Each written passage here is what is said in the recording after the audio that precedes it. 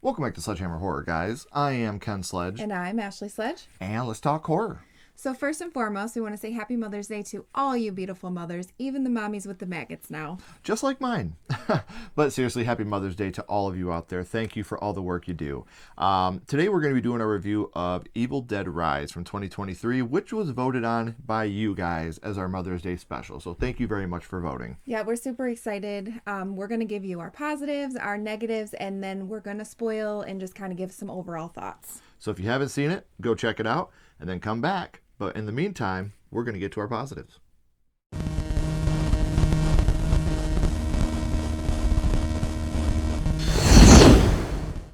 So if we're going to talk about positives, we got to start right at the beginning. And we got to talk about the title card in this movie. Yes. Seeing her rise out of the water with the title card floating behind her and that music intensifying. In the theater, we were both like, oh yeah. Yes. This is sick. Like, let's go. So we have to talk about the actors. Alyssa Sutherland, she is amazing in her role. She nailed it. She was like this badass mom. Yeah, she's so beautiful. And then as a Deadite, she's still beautiful, but yet terrifying. Yeah, no, I really loved her in this. Lily Sullivan as our final girl. I thought she was really great as our final girl. She really gave me Ash vibes. Yeah. And then we have Nell Fisher as the little girl, Cassie. She was also so good. Like, you felt for her. Like, she made her little Staffney, and like in the emotional scenes, like you really felt for this little girl. So I thought she did an amazing job as well. And I love Staffney. Staffney, yeah, it's so cute. It really reminds me of something my youngest would do. Yeah. She's called Staffney. Oh. And the plot of this movie takes place in a setting that is so terrifying, and it makes you claustrophobic. Yeah. You know, being stuck on the top floor, no way to escape. You've seen, like, the stairs are gone now. You're not going to get in the elevator. It just really, really does enhance the tension and the chaos that is going around on top of the Deadites coming after you. I feel like they really captured it from them being left in the woods, where the bridge is out and there's no way out of the woods, to now we can't get off the top floor. Right. This was a solid sequel after 10 years. We waited 10 years for this movie. And I absolutely feel like it belongs in the Evil Dead universe. And that's what I love, because you can make the argument that, with the exception of the first three, none of these movies really connect with each other. Yeah. They're in their own universe, in the Evil Dead universe. And I think that's absolutely amazing. I think it's it takes a lot of guts to be able to take big swings like that in a franchise. So telling their own story. Yeah, it does. It stands on its own. But yet they still put a bunch of like Easter eggs for us OG Evil Dead fans, like the beginning, them flying through the woods. I'll swallow your soul when she's coming out. Yeah. And just all like the blood in the elevator, that's definitely like The Shining. Oh, it's totally an homage to The Shining. Yeah, there's just so many Easter eggs for just horror fans in general. So. And I do love when Beth says, "Come get some." That was total Ash vibes for me. Yeah, I was like, let's absolutely. go. Let's do it.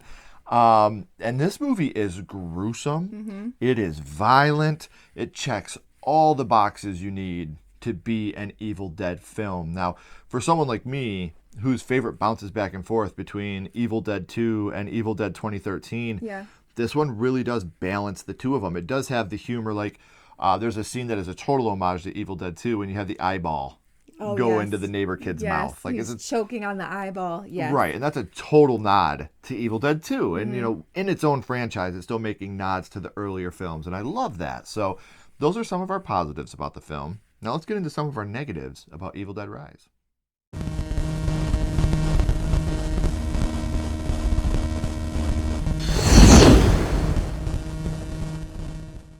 So some of our negatives in the beginning, when the boyfriend's head, Caleb, is thrown onto the dock, it doesn't look great. It looks very fake. Very robotic. Yeah, absolutely. I would have gone with a little less robotic and a more fleshy Yeah. type of thing if it was me. Some silicone, I don't know, silicone or something.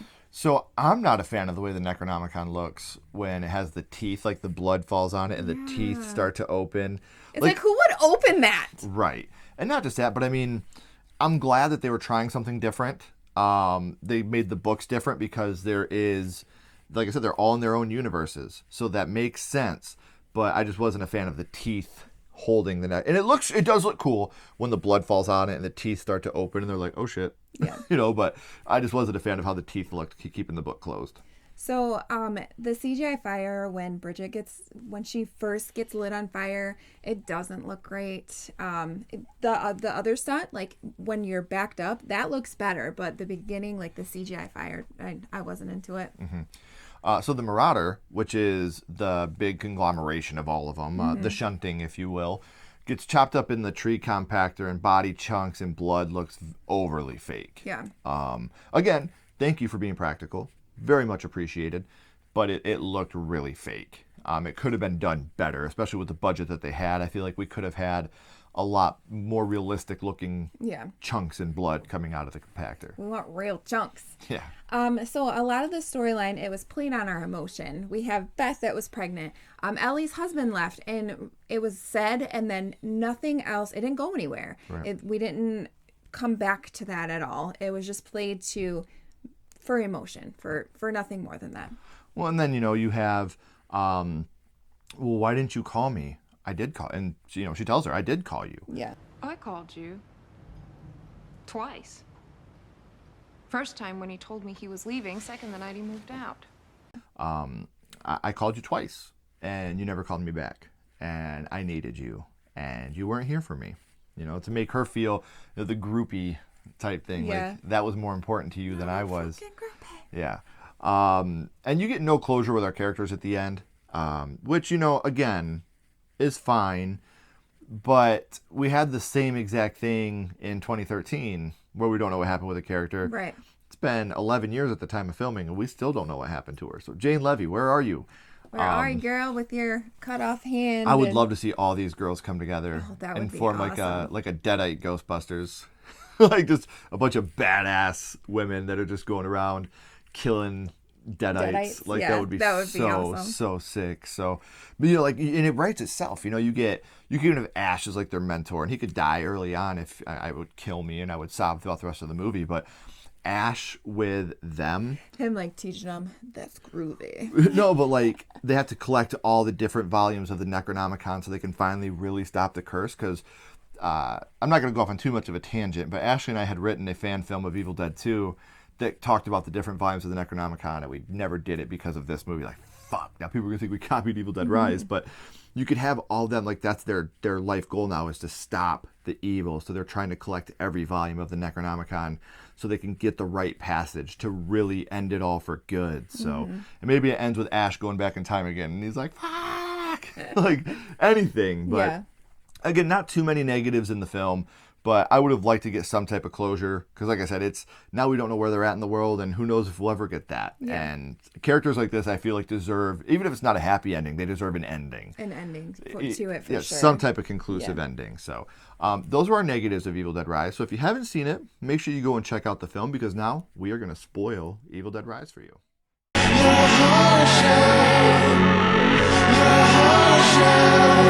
So we have a girl in the beginning, Jessica. She's sick in the woods, was supposed to be partying with her boyfriend and her cousin.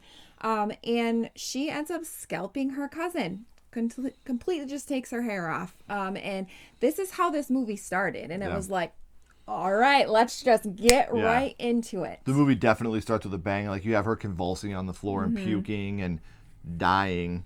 And then she comes back and that's when she scalps her cousin. And it's just absolutely insanity after that. Like that's when she rips off the boyfriend's head in the water. Yep. It's a great first act, a great opening. It reminds me of the Friday the 13th remake, where you just start off kicking ass. But this one doesn't go downhill after that, because you do have the earthquake, and Danny finds the Necronomicon. Yes. And just goes down into the vault, and should have just left it there, Danny. You should have. Should have just left it there.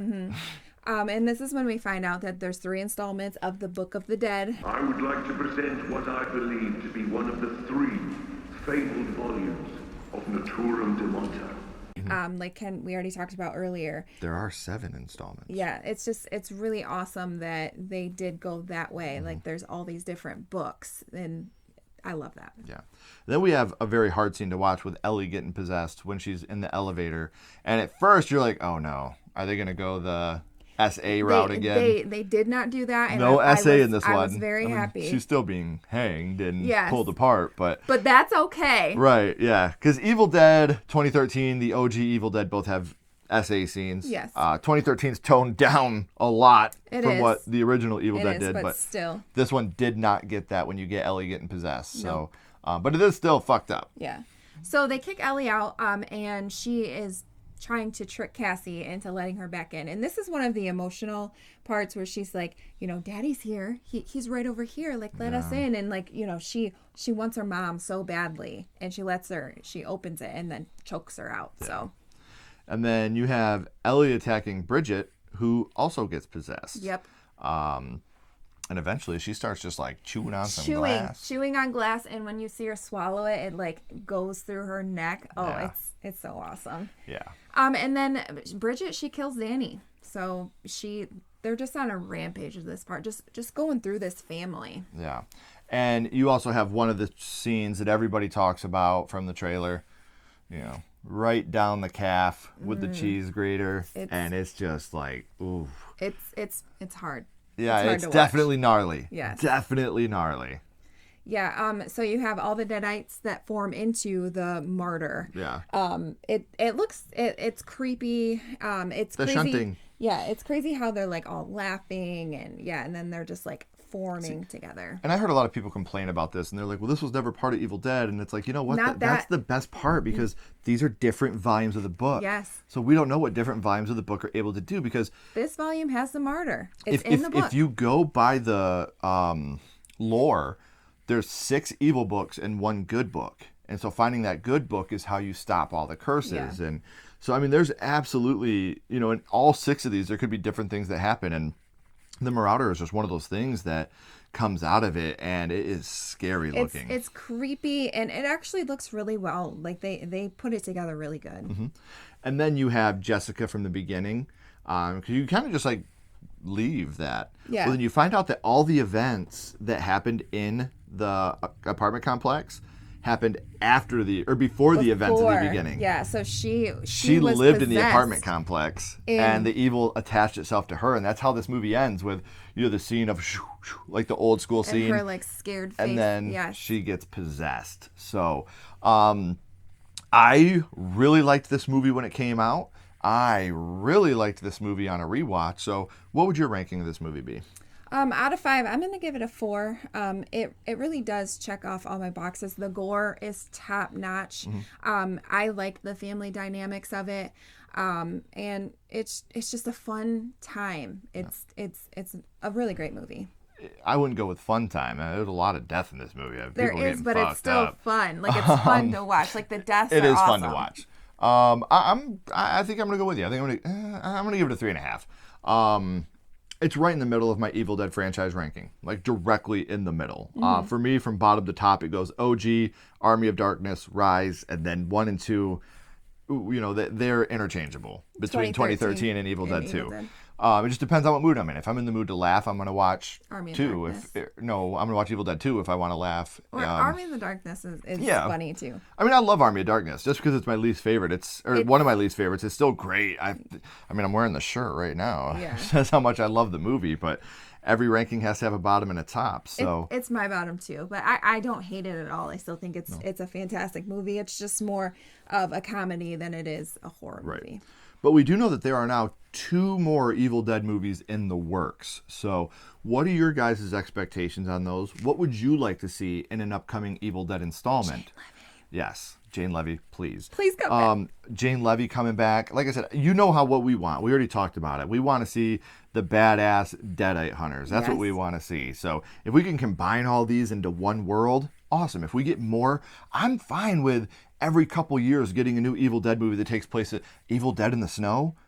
Put me in, coach. I want to play. I would love to see that. It'd just be red snow at that point. Exactly. All the blood on the snow. So if you could have all these different worlds that come together, awesome. If you just want to keep branching out and making different movies that have different, you know, places and settings and actors and characters, hell yeah. Just don't make it 10 years in between each one anymore, please. Give me one every couple years and I'm going to eat it up. I'm going to love it. Because then this goes from being a great franchise to just making it a total... like universe, like Yeah. Insidious, and Yeah, you could have its own universe out of it, and it would just be amazing. I would be so damn happy to see an Evil Dead anthology. Yeah. You know, where every single one's a different type of story. So, like I said, let us know in the comments, what were your thoughts on Evil Dead Rise? What do you think about the upcoming 2 different Evil Dead films we have coming? Thank you guys so much for watching. And like we said at the beginning, this was released on Mother's Day 2024. So we hope you have a fantastic Mother's Day to all you beautiful mothers. Yes. Thank you guys so much for everything you do. My mom was my hero, but my mommy...